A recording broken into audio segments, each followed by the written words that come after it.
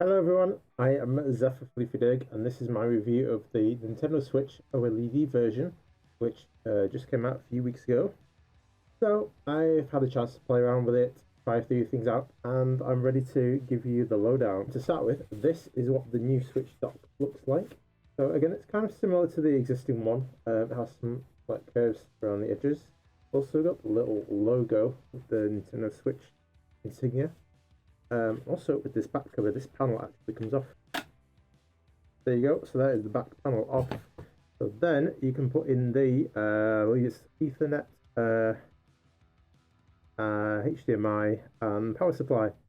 And then on the side here, you also have the two extra USB slots.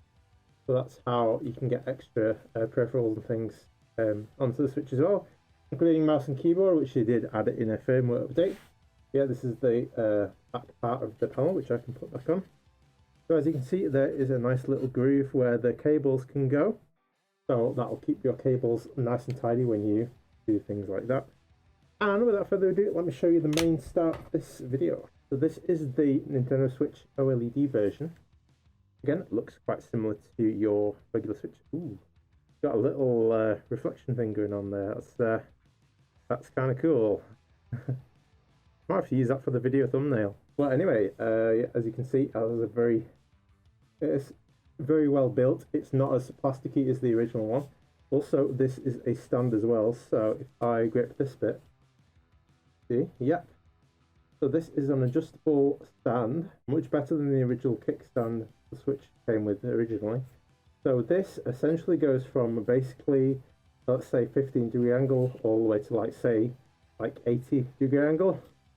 You can like put it flat on a tabletop, or you can have it really up as well. The other neat thing you can do is you can actually have it, if you put it like a 45-degree angle, depending on if you get the angle right, you can actually have it vertically.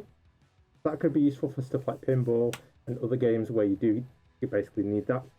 In terms of the actual stuff, so it will be a little bit hard to tell on this YouTube video as opposed to if you see a Switch OLED in real life.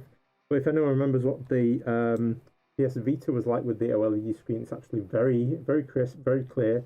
The colours like properly pop when you see them. So it's definitely a big difference. If I just calm the sound down. Speaking of sound, they've actually updated the speakers too on the model, so you can actually tell that when you watch it. But anyway, if I show you this, you can see that there's basically hardly any bezel around the screen, where before it had like a huge black bezel around the border. They've actually taken a lot of that off.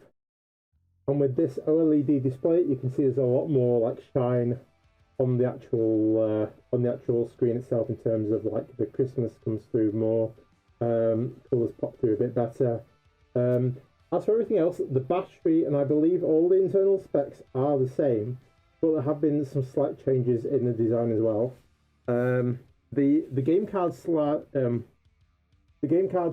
is slightly different on this. It's slightly trickier to get into than with the existing Switch, but it does look more professional.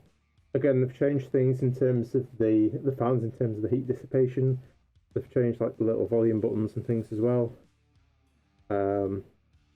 Yeah, and the speakers, as I say, have been redesigned. In terms of the Joy-Cons, it uses the exact same Joy-Cons as the regular Switch.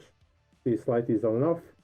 I believe from what I've heard, these are actually a slightly different make of Joy-Cons. So the new Joy-Cons are meant to have components that will last longer.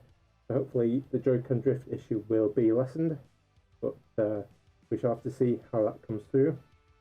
Yeah, in terms of the Switch, when you get it plugged into a dock, you have the Ethernet connection for less latency when you're playing. But all the other accessories that come in the box are as standard. So you have the got the power supply, the Joy-Con grip. You got the Joy-Con straps as well for these. Again, you can either get the one with the two white Joy-Con controllers, or you can get the neon, which is the red and blue controllers with the Switch. There you go. There is the OLED Switch. Yeah, I'm really enjoying it. I would say this is, yeah, I would say it's the best version of the Switch you can possibly get. So I would recommend you having a look seeing if it's any good. If you already have a Switch, you may not decide to upgrade yet, just because it is only a very slight upgrade. If you play a lot of handheld mode, you'll probably recognize this. You'll probably appreciate it more. Similar if you play a lot of tabletop. If you're playing on the dock more of the time, you're probably not going to notice a huge difference. So it might be something you may either consider waiting for, or maybe just wait for another version of the Switch. But yeah, I really enjoy it, and this is definitely going to be the way I'm playing my games in the future. Alright, hopefully you guys enjoyed the video. Leave a like and comment on your thoughts about the Switch OLED. Do you like it? Is there anything you would have changed? Let me know what you think in the comments. Don't forget to like and subscribe, please, and I will catch you guys on the next video. See you next time.